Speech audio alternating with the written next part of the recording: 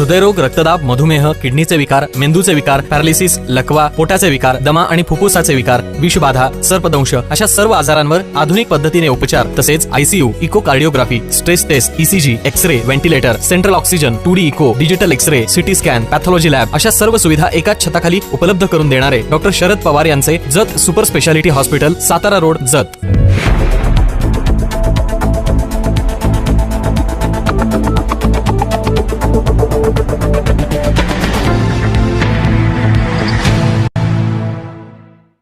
दुष्काळी पट्ट्याचा कायमचा कलंक पुसून जावा म्हणून राज्याचे कर्तबगार जलसंपदा मंत्री माननीय देवेंद्र फडणवीस साहेब हे नेहमी सातत्यानं प्रयत्न करतात.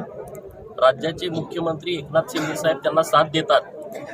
2014 ते 19च्या दरम्यानमध्ये पश्चिम महाराष्ट्रातल्या अनेक भागामध्ये पाणी देण्याचं फार मोठं काम देवेंद्रजी मुख्यमंत्री असताना झालं होतं आणि आता परत त्याच पद्धतीनं दुष्काळी पट्ट्याला सुजलाम सुफलाम करण्याचं धोरण राज्य सरकारनं राबवलंय.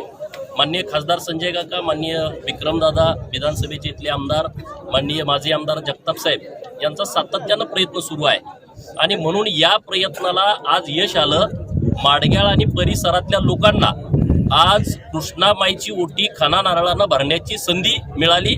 त्याबद्दल मी या सगळ्यांचं मनस्वी आभार व्यक्त करतो. आपल्या पाटोळे साहेब आणि त्यांचे सगळे सहकारी, पवार साहेब, सगळी टीम इथं रात्रंदिवस काम करते आणि कायम हा दुष्काळ जिथं जाईल तिथं बाबा दुष्काळी पट्टा आहे, दुष्काळी पट्टा आहे, तो कलंक पुसण्यासाठी राज्य सरकार प्रयत्न करत आहे आणि म्हणूनच विस्तारित योजना मंजूर झालेली आहे आणि त्याचंही काम कुठलाही गाजावाजा न करता आम्हाला उद्घाटन करायचं आहे, मग त्याचं मार्केटिंग करायचं आहे, असला कुठलाच विषय हातात न घेता कामाला सुरुवात केली आणि तेही काम लवकर व्हावं यासाठी आम्ही सगळे लोकप्रतिनिधी गट तट पक्ष बाजूला सारून आम्ही सगळेजण प्रयत्न करू आणि जत तालुक्यातल्या इंच ना इंच जमिनीला पाण्याखाली आणण्यासाठी हे सगळं राजकारण आम्ही सगळेजण कारणी लावू.